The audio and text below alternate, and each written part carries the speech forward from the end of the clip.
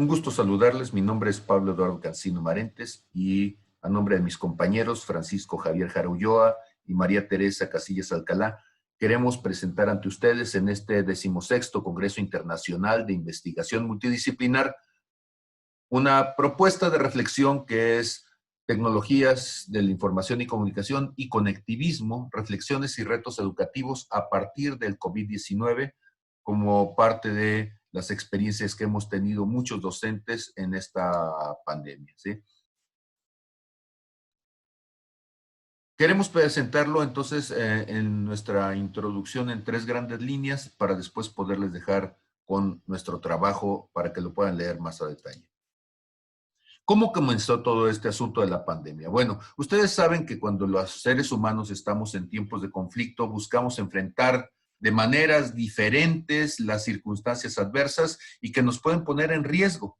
Y entonces, como sociedad, mientras una parte de la sociedad, sin distinción de sexo, ¿sí?, se ve lanzada a las trincheras a confrontar directamente aquello que amenaza la supervivencia de la colectividad, otros deberán de quedarse en una segunda línea y estos que se quedan deben de buscar proteger y desarrollar elementos que permitan generar condiciones mejores para el futuro. En esta ocasión nosotros vamos a estar hablando de los que estamos en la segunda línea, los de la primera línea, los médicos, enfermeras, la gente que estuvo en contacto directo con el virus. Bueno, se ha escrito sobre ellos, vamos a hablar algunas cosas también nosotros, pero nuestro trabajo tiene que ver con que qué sucedió desde el punto de vista de los docentes, cuál es nuestra perspectiva, cuál es la labor que nosotros tendremos que considerar. ¿Saben ustedes que el 31 de diciembre, para comenzar el año, en Wuhan, China, se informó sobre un grupo de casos de neumonía? No se sabía cuál era la causa. El 9 de enero identificaron entonces la secuencia del ADN, le llamaron COVID-19, nuevo coronavirus 19 por el año, como el agente causante. El 30 de enero ya se habían reportado 9,700 casos confirmados en China, 106 casos confirmados en otros 19 países. Esta pandemia afectaría finalmente a 121 países, cuando menos, ¿sí? Y ha sido tremendo, es un gran hito en la historia de la humanidad. La Organización Mundial de la Salud va a declarar emergencia pública de interés internacional y va a aceptar los consejos del Comité de Emergencia del Reglamento Sanitario Internacional. ¿Qué quiere decir eso? Que vamos a entrar entonces en una etapa que va a abarcar a todos los países, va a ser declarada pandemia, va a ser declarado entonces un tiempo de urgencia que va a afectar a todos los sectores de la población. ¿Cómo vamos a enfrentar este algo desconocido? ¿Qué sabemos acerca de ello? Bueno, sabemos que es un nuevo virus y que este nuevo virus es altamente contagioso, que se contagia a través de gotículas, que se va a producir por el contacto cercano. Una persona estornuda, dice López-Gatell, ¿cómo se contagia el virus? Así, achú, achú, achú. Y entonces en ese estornudo vamos a contagiar a quienes están alrededor. El índice de contagio por individuo de 2.3, ¿qué significa eso? Que genera una curva de contagio exponencial y dada su alto índice de contagio, era urgente entonces buscar la forma de llevarlo a cabo. Pero el segundo gran problema es que se mimetiza. ¿Qué quiere decir que se mimetiza? Entonces, una persona puede estar contagiada y ser portadora sin presentar los síntomas de la enfermedad. La sintomatología se puede presentar incluso 2 semanas después del contagio y mientras tanto la persona se sintió normalmente, anda caminando por donde quiera, anda teniendo relación social por donde quiera y anda contagiando a otros. Y entonces eso implica que rápidamente una persona va a contagiar a 2 o a 3, ¿sí? Y ellos van a contagiar a otros y se genera entonces esta curva exponencial que hemos comentado, ¿sí? La tasa de mortalidad al principio se pensaba que era muy baja y se hablaba primeramente del 1% de los contagiados morían, tenían complicaciones severas, agudas, respiratorias.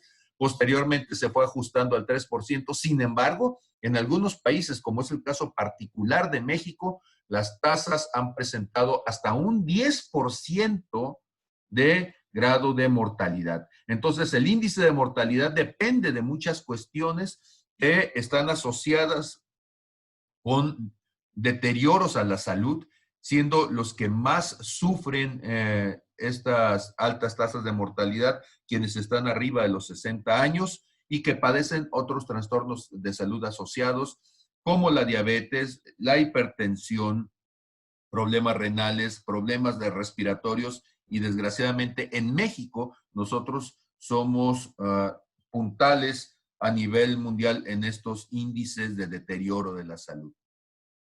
Entonces había que generar una estrategia de afrontamiento y esta estrategia de afrontamiento desde la perspectiva de la Organización Mundial de la Salud, de los sistemas gubernamentales nacionales, es mantener una distancia, le llamaron la sana distancia, para desacelerar la propagación. Y esta va a ser una medida que va a contribuir a ralentizar la propagación del virus en la comunidad y evitar así el desbordamiento de los sistemas de salud.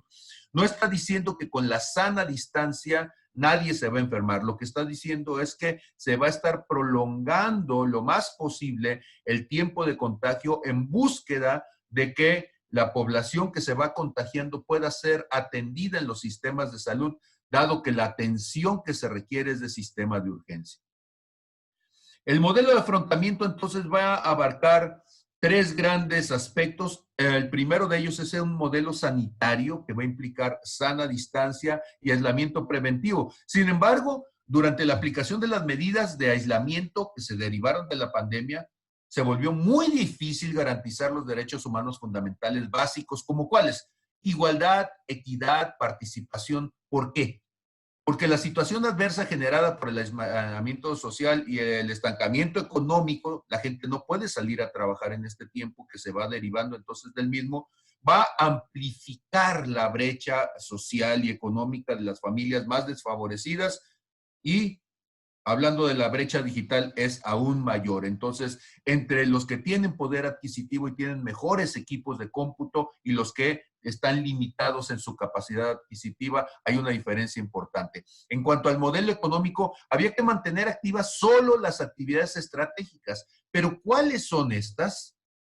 ¿Qué significaría que sea estratégico? ¿Y qué pasa con aquellos que no pueden salir a llevar a cabo sus actividades? Bueno, entonces ellos tienen que hacer el trabajo en casa y en el término anglo es home working y hay que entonces llevarlo a cabo desde la casa. Pero la estrategia de aislamiento va a estar deteniendo las distintas vertientes de actividad social, va a afectar la vida económica productiva, también, por supuesto, va a afectar la dinámica educativa y esta manifestación inédita de la globalidad que tenemos, ¿sí? Y con esta urgencia de enfrentar adecuadamente el riesgo infeccioso del COVID-19 va a detener abruptamente de la noche a la mañana, vamos a estar estacionados en nuestra cotidianidad.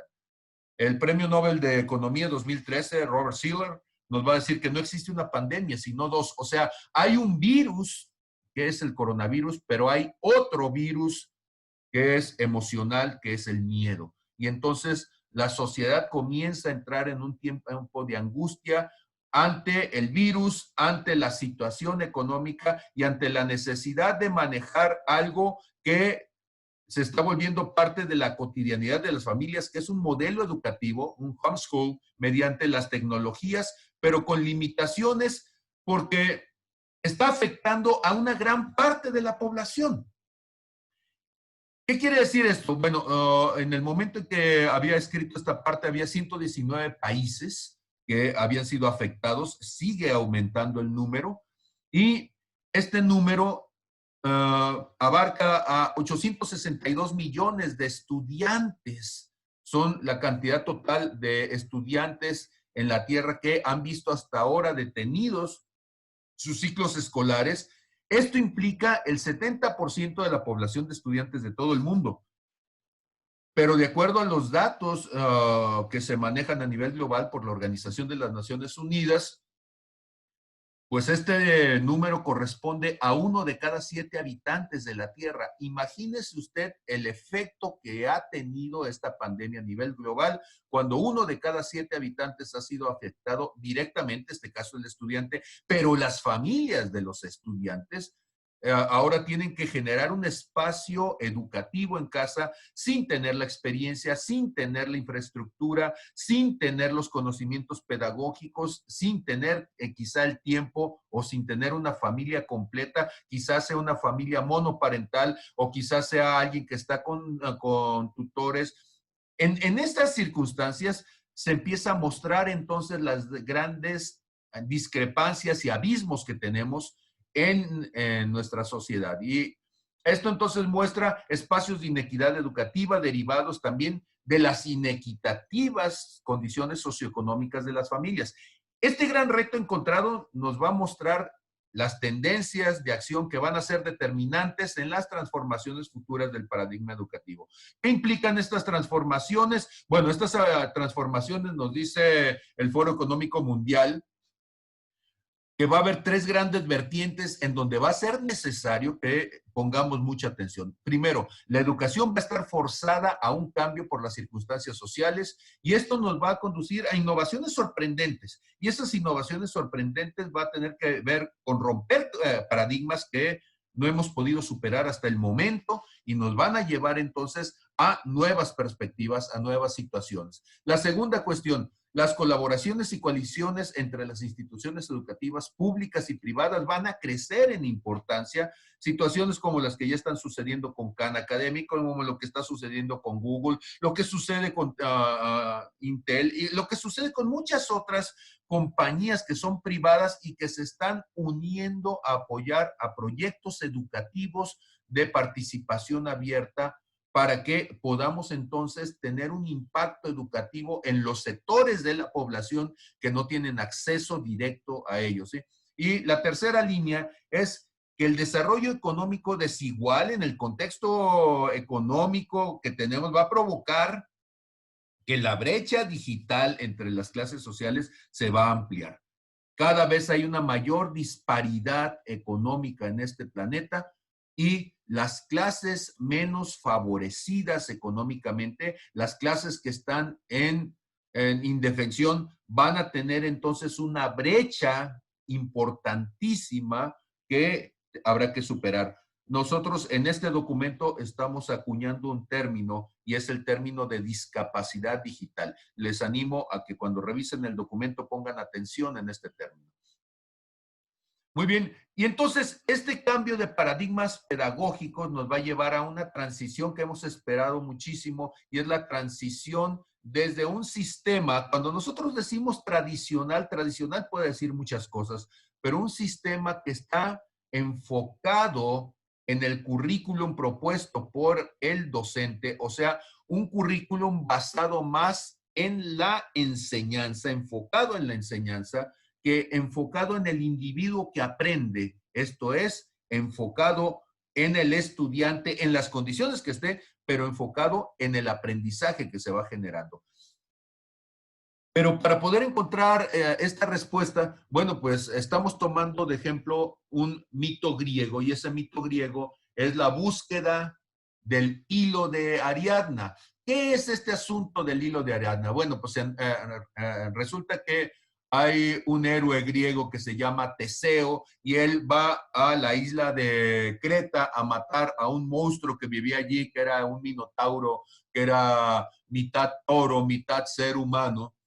Y habían hecho para contenerlo un laberinto. Y ese laberinto lo había hecho un albañil que se llamaba Dédalo y tenía un hijo llamado Ícaro. Y bueno, pues la gente podía entrar allí, pero como no se conocía la salida del laberinto, pues ahí quedaban atrapados. Llevaban cada cierto tiempo una ofrenda humana que eran 7 varones y 7 mujeres, ¿sí? Y se los dejaban ahí para que se los comiera el minotauro y no saliera a comerse a las demás personas. Y entonces Teseo es el encargado de ir a matar al minotauro, pero pues lo mandan a la guerra y sin fusil, ¿verdad? Sin armas, pero la hija del rey, que se llamaba Ariadna, esta hija del rey Minos, para salvarlo, porque se enamoró de él, le regala 2 cosas. Le regala una espada con la que puede matar al Minotauro y le regala también un ovillo de hilo mágico para que él, en medida que va entrando en el laberinto, él pueda ir desenredando este hilo y cuando no encuentra una salida, cuando llega a un punto ciego, él se regresa enrollando el hilo hasta que puede encontrar el punto donde está el Minotauro para poderlo matar. Y entonces, así nos sentimos de repente cuando nosotros estamos frente a todas estas circunstancias que ahora el futuro nos está poniendo delante, donde tenemos que encontrar una respuesta a lo que se está viviendo en la humanidad en este momento. Y esta respuesta, pues va a tener que ser algo, ¿sí?, que vayamos construyendo. Y en esta búsqueda de respuesta nosotros le proponemos a usted que nos haga favor de leer nuestro artículo y allí tenemos 20 consideraciones que están planteadas acerca de cosas que tendríamos que ir verificando y que nos pueden ir orientando en la búsqueda de acabar con este minotauro con el que nos estamos enfrentando, que es una globalidad que nos está exigiendo cambios de paradigmas en nuestro actual contexto humano. Les damos muchísimas gracias por haber escuchado esta introducción y los animamos a leer nuestro documento. Muchísimas, muchísimas gracias.